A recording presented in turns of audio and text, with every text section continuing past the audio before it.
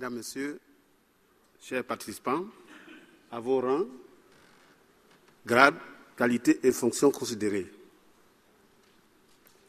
L'eau, plus particulièrement l'accès des populations à l'eau potable et la gestion durable de l'eau ont été de tout temps au centre des préoccupations des politiques ivoiriens, qu'ils soient de l'exécutif ou du législatif.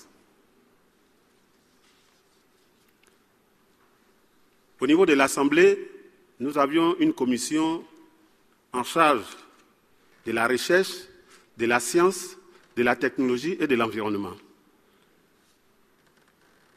Et puis tout dernièrement, je fais donc la genèse de notre réseau. Nous avions été invités à Ouaga en juin 2014. Notre commission, qui est en charge donc de tous ces domaines, ambitionnait déjà créer un réseau. Et à Ouaga, nous avions eu la chance de rencontrer une équipe dynamique, une équipe qui s'est mise totalement à la disposition de l'eau, qui nous a aussi instruit de créer un réseau. C'est ainsi que la Côte d'Ivoire, le 18 décembre dernier seulement, nous avons mis en place en Côte d'Ivoire un réseau pour l'eau potable, l'hygiène et l'assainissement. Vous savez que notre pays, la Côte d'Ivoire, est très riche en termes d'eau, que ce soit l'eau souterraine ou l'eau de surface. Nous avions les mers, nous avions la mer plutôt. Nous avions également 4 fleuves avec tous ces affluents. Et sur les 4 fleuves, il y a 3 qui sont en partage avec les pays voisins. C'est dire tout simplement que la plateforme qui nous est offerte, elle vient à point nommé.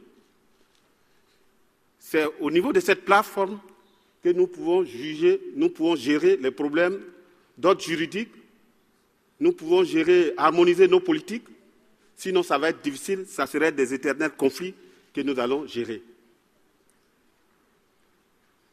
Au niveau de la Côte d'Ivoire, selon le plan national de développement pour l'eau, des objectifs ont été fixés. Quand je prends le plan national de développement, qui part de 2012 à 2015, nous avons fixé pour l'eau d'atteindre 82,5. Au niveau de l'assainissement, nous ambitionnons atteindre un taux de 60%. Alors que déjà en 2010, nous étions en 68% pour l'accès à l'eau potable. Et pour l'assainissement, nous étions à 60%. Est-ce que nous allons atteindre nos objectifs en 2015? Nous allons essayer de voir. Mais ce qui est sûr, le gouvernement actuel met tout en œuvre pour que la quasi-totalité des populations ait accès à l'eau, pour que l'hygiène soit assurée. Mais nous, en tant que parlementaires, quel est notre rôle? C'est de faire, dans un premier temps, c'est vrai, nous avons tous ces chiffres, mais ça ne suffit pas.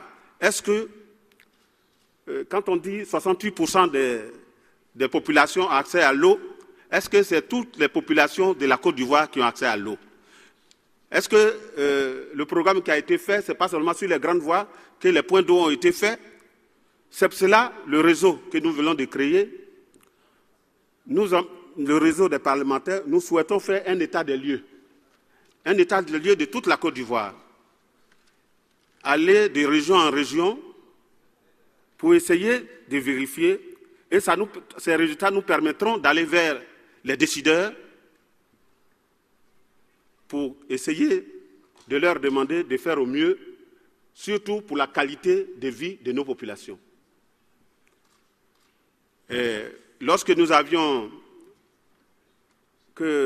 mis en place ce réseau, nous avions partagé les informations avec tous les partenaires.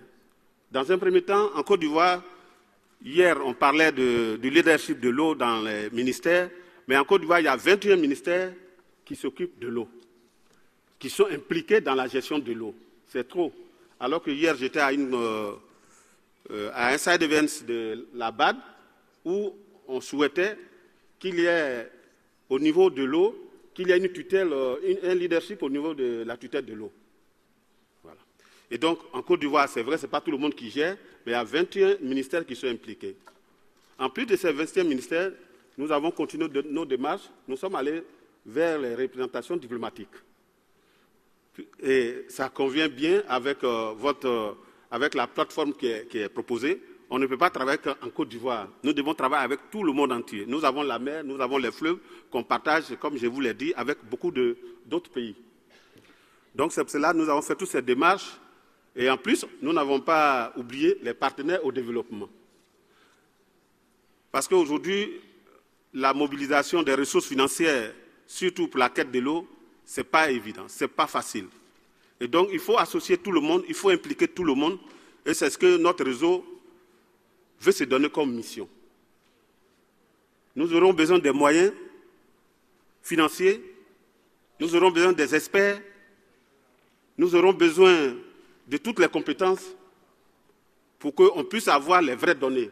Puisqu'au niveau de notre plateforme, il faut échanger des informations, mais il faut que ce soit des informations sûres et crédibles. Donc ça coûte. Je ne vais pas m'éterniser, je suis venu juste vous parler de la petite expérience. On a jusque 3 mois que notre réseau existe. C'est vrai que j'appartiens à la commission de la recherche, de la science, de la technologie et de l'environnement, dont la présidente est là. Je voudrais qu'on la salue. Madame Kayo Clarisse, Kayo, s'il vous plaît, levez-vous. C'est la présidente de notre commission au niveau de l'Assemblée. Notre Assemblée a 6 commissions. Elle est une des vice-présidentes de notre Assemblée.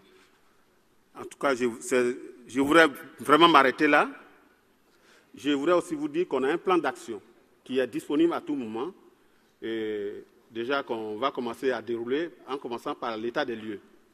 Et si je n'abuse pas du temps, je vais m'arrêter là pour qu'on puisse, s'il y a des préoccupations, si besoin se fait sentir, me poser certaines préoccupations auxquelles nous allons tous chercher des solutions. Je vous remercie.